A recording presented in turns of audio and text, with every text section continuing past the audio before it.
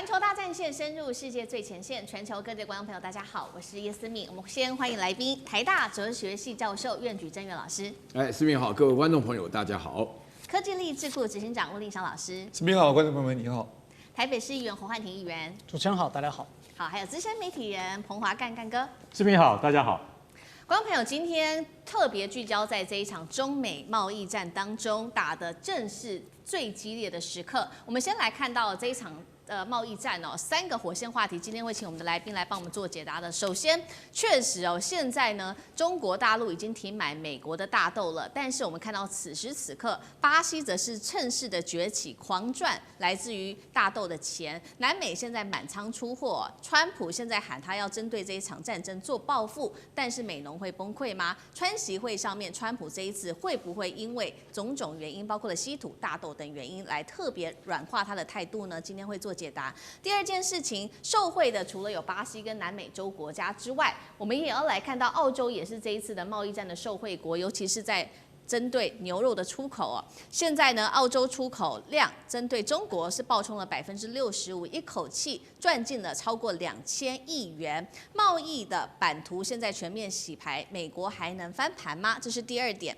最后我们来看到哦，在这场贸易战之后，几位来自于美国的诺贝尔经济学家都痛批川普说，他的贸易战是史上最大的自残行为。这一场川习会能够止血吗？还是让美国跌得更深呢？今天都会一起的来做关心。我们来看到这一次的贸易战点火，在中国正式宣布零采购来自于美国的大豆之后，14日川普的最新发言，他怒批哦，北京你的行为已经构成经济上面的敌对行为，并且警告北京啊，如果你们再这样下去，我们会考虑全面终止进口中国的石油跟其他相关的贸易往来。来看到大陆怎么做回应，这是商务部的最新回应。他说没关系，打奉陪到底，谈大门也会敞开，并指出呢，美国你现在问题可大了。大豆正值你的丰收季，但是你现在却没有地方可以做销售，尤其你的仓库还是整个爆满的。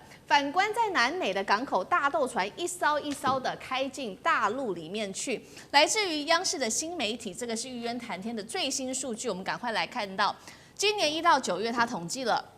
美国的粮船靠港次数一口气暴跌了56%，原本大概是72艘，剩下32艘。从7月份之后开始是直接挂零的。反观在南美洲国家，现在呢几个国家每艘靠港的船只大约每月达到40艘，90%都是装满大豆的。这些大豆来自于阿根廷、巴西跟乌拉圭。我们也来看到玉渊谈天做了最新的这个图哦。我们看到这个蓝色的这一条线，其实就是今年1到5月。美国的船停靠中国的这个船只的港口数量，可以看到一开始都还有零星的一些数量，但是从7月份开始就已经看不到任何美国的船只了。白色这一条线则是中南美洲国家靠港的这个船只数量，我们可以看到白色的船只几乎是每月达到38到40艘左右的一个数量，是大举的增加了。那在这一次的这个大量的增加当中，受惠国之一就是巴西了。它对于其他国家的这个关税只课征3%，所以巴西对中国的出口是一路飙升的。尤其从2017年，尤其川普上任的第1年之后呢，巴西对中国的出口占中国的进口量从50%，更是一口气暴涨到75%，至今已经稳坐了全球黄豆超级大国的一个重要的宝座。美国的市调机构是这样说的：如果一直到11月前，中国还是不愿意恢复对于美国大豆的这个进口的话，那么美豆损失将会高达1600万吨，包括了美国大豆协会已经说了，是前所未有针对美农的一个金融危机。所以节目一开始要请教岳老师怎么看了。我们来看到川普封杀中国，结果让美国农民现在变成最大的受害者吗？川习会上，川普有没有可能接受软化的一个态度呢？那目前打到现在，中美关税战谁占上风？美国的农民的确是最大的受害者。大家要了解，美国农民其实生活很优渥的，最主要原因，美国是一个地大物博的社会。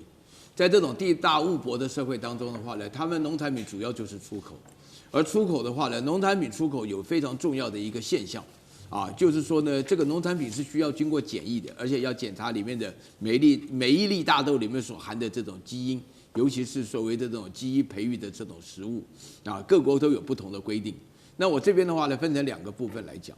第一个部分的话呢，请大家稍微注意一下，整个大陆的商务部里面的用语已经改变了。以前的话呢是谈敞开大门，一直在谈，直到最近打是奉陪到底，现在完全倒过来了。现在先讲打奉陪到底，要谈的时候我们再敞开大门来谈。这表示说呢，大陆已经完全做成了要打这场贸易战，而且的话呢，如果说没有绝对的把握，不会把这个打放在前面的。再者的话呢，就谈到巴西。我这边要谈到巴西的话呢，要讲几件事情。我自己深深的觉得，其实的话呢，巴西跟中国学了很多中国人的智慧。中国人的智慧的话呢，有关于贸易战的时候，像是下围棋一样，一步一步把你围死。美国的话是打梭哈的，一来就叫牌一下全说了这个就是里面之间的差别现在那个巴西的情况下来讲，我们现在讲巴西的大豆完完全全卖给中国，不单是大豆牛肉铁矿什么，通通都往中国走。大家要知道，首先第一步的话呢，那个川普非常嚣张，巴西是基本上的话是美国这个顺差国居然要喊到50%，理由的话呢，就是说是纳索瓦罗是跟川普是好朋友，就是基于私人的恩怨要干涉巴西的司法。那巴西本身的总统鲁拉的话呢，就不吃这个气，就很低调的讲所以说呢，第一个的话呢，就是故意中计，然后呢听中国的安排。为什么要听中国安排？要从中国进口，尤其是大豆。大家知道黄豆、小麦、玉米加高粱才是真正的这种地大物博的国家，包含巴西、美国跟阿根廷出口的东西。那单谈到大豆，就是因为大豆的收成期到了。第二步的话呢，中国马上80%全部从这个巴西进口，然后现在南美洲国家阿根廷呢，马上见风转舵，降低关税，就是从阿根廷进口。美国到目前为止一粒大豆都没有进过，这是第2个部分。第3个部分的话呢，大家要知道，进口农产品的话，他们要签长期的约，不可能说是农民贷款以后只卖1年2年，一签起码10年。所以美国的农民是惨的，大家难过的不是今年而已，大家难过的是未来。所以这一场贸易战，我们可以看到这个大豆的粮食大国，因为中国的转向让巴西这一次一举成为了全球的这个黄豆大国。那是不是除了是打这场贸易战，重点是这个粮食新秩序也重新改变了？汉庭怎么看？还是先从前面川普开始来说，他这个人呢，就是非常典型的占便宜了还不够，出门不捡钱就算亏，甚至粪车从家门口运过都要尝尝咸淡。这就是他交易的艺术。那中国大陆就说：“你这边赚着我的钱，还要砸了我的锅，吃完了软饭还要骂厨子，然后还逼着我买你的大豆，好像是你在帮助我。那当然，现在闹翻了，你就一粒都别想。你现在说谢谢都太晚了。”所以《华尔街日报》就说，美国大豆协会的主席哭着说，今年种大豆亏了75万，然后现在每天看着仓库里面的大豆在哭，连化肥农药都买不起，要找银行贷款。这个人还是大豆协会的主席，都混成这副德性了，那其他一般的农民怎么办呢？而且这些农民都是川普的铁杆粉丝，都是 MAGA 的信徒，天天盼着美国能让自己再次伟大。结果没想到川普一上台就给他们的礼物大豆卖不出去，所以这下子呢，天天都在抗议，要狂骂川普。那早知道还不如选条狗啊！那么中国大陆的这边应对就堪称是教科书级的供应链重组的案例。它的核心可以概括成叫做东方不亮西方亮，黑了北方有南方。这个转移的背后呢，其实是一套精密的组合拳。第一，它其实是供应链的深度绑印。我们单纯看到大陆从巴西进口了更多的大豆，但不仅在买大豆还有投资巴西的港口、仓储和铁路，还有各种的升级，桑托斯港把它的吞吐量大幅的加大，还推动了两洋铁路等战略项目，所以从根本上来优化它的物流。而第二，过程当中也在推行去美元化，比如说跟阿根廷等国的采购协议当中，大量使用本币结算或者人民币的互算协议，避免了美元的汇率风险，也动摇美国的金融霸权。再来第三，大陆内部自己也在国内增产跟技术自主不断的推进大豆振兴计划。2025年的播种面积目标要高达1.2亿亩，而且还要透过各种的科技赋能不断的提升它的自产率，来形成对美国的战略缓冲。那么每周季刊这2天最新的一则报道，中国对拉美的新策略就指出，这是整个供应链结构体系的改变。所以我们一般都觉得那可能未来当中美关系和缓啦，那这个交易就能够再度回升。可是，一旦大陆跟南美洲它已经建立长期的购买，或包含它的整个航运链、船班、保险、港口、卸货安排，什么都好了。这所有的一套运作体系都顺畅，即便未来政治缓和，要再把需求切换回来，可能也没那么容易。好，同样一个问题，想要请教干哥怎么看这个大陆这一次的精密组合拳，是不是重新也是确实改写了粮食新秩序？大豆一向是很重要的大陆的民生物资，大家都知道，因为中国人几千年来靠大豆生存下来，这是非常简单的道理。可是从7月开始，一艘美国船都不来了，哇，那怎么办呢？没有怎么办呢？我们可以从阿根廷、乌拉圭进口啊，最大的是巴西啊。刚才岳老师讲过，你知道现在你知不知道为什么巴西的大豆源源不绝吗？便宜嘛。东西呢会比美国差吗？不会。经过检验的结果发现，巴西的大豆有时候会受到那个气候的影响，有时候真的太热了，你知道吗？但是巴西的大豆其实凭良心讲，它的稳定性不错，而且呢，它一吨少21美元呢，可以少这么多啊！那要是买这个100万吨的话，那是少多少？所以现在的情况就是说，美国你猜不到，它竟然可以从5年前只占50%，到现在占了75%。那每个月有来自这3个国家的靠船多达40艘，所以中国非常需要大豆才能够支撑起民间民生的这些企业，很多比如说酱油啦，很多豆制品啊，都必须从大豆来萃取，所以需要的量非常大。美国大豆协会很少见对国家，因为什么？大豆那些豆农都是共和党的支持者，但是他们真的很少见发声明。对，他们说这个不是一个公益的行为，你这样子的话，让我们豆农现在我们还有最后期限，其实大家都在等待说，我们还没有一个最后的机会可以再翻转，为什么？那就是11月中，11月中只要这1600吨大豆卖不掉，那就真的连饲料或肥料都做不上了。为什么？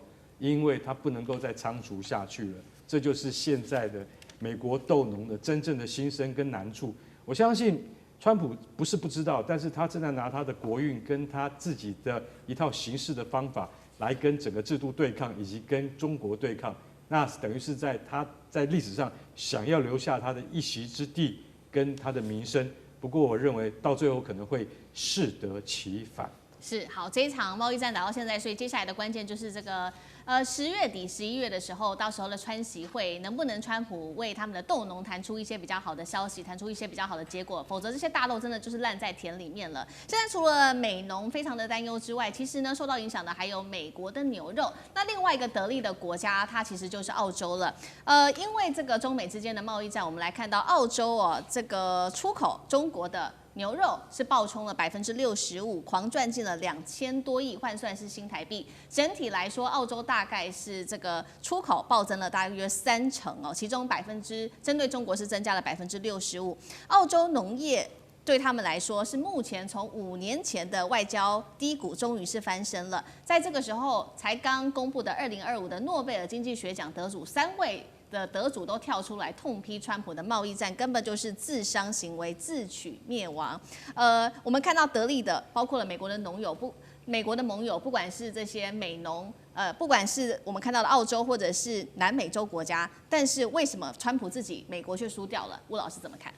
那个美国是大国，你刚刚讲到澳洲呢，这个算小国，大国的利益比较多层面，所以它跟世界各国都有来往，所以美国的国务院其实外交部是最大的部会的。但是大国有这么多利益的时候，他手上有很多的等于是筹码，他如果善加利用，我们国际关系上讲，这个叫做外交，用外交当做权力工具来行使，这个来怎么样驱使别的国家来做符合他想要他做的事情。可是像刚刚岳老师讲的现在大豆快要收成，压力很大，对不对？难道大豆要收成这2天大豆成熟了，我们才知道它要收成，早就知道了嘛？这表示美国的这些怎么讲幕僚川普政府的幕僚的水准可能变差，这很多都可以预料到的事，他们就早准备嘛，对不对？然后呢，巴西也不是只有今年才有生产大豆啊，他以前卖给谁？对，为什么以前的贸易是这种形式？现在中国不给你买，换成另外一种形式，但他难道之前都没有预测吗？所以从另外一角来看，川普政府这些幕僚的水准啊，就幕僚作业也变差了。所以呢，那各国现在都要跟美国对，美国又跟全世界各国通通在。他不把他这个权力工具拿来当胡萝卜，都拿来当棒子，每个国家都去敲打，那就有一种可能会形成重弱同盟，大家都结合起来，一起来欺负你，你都欺负我嘛，我们合起来也可以来反击你。所以美国现在麻烦真的比较大，就是这个状况呢。好，谢谢吴老师。那我们休息一下，马上回来。地缘政治、美中之争、战略价值、强权崛起。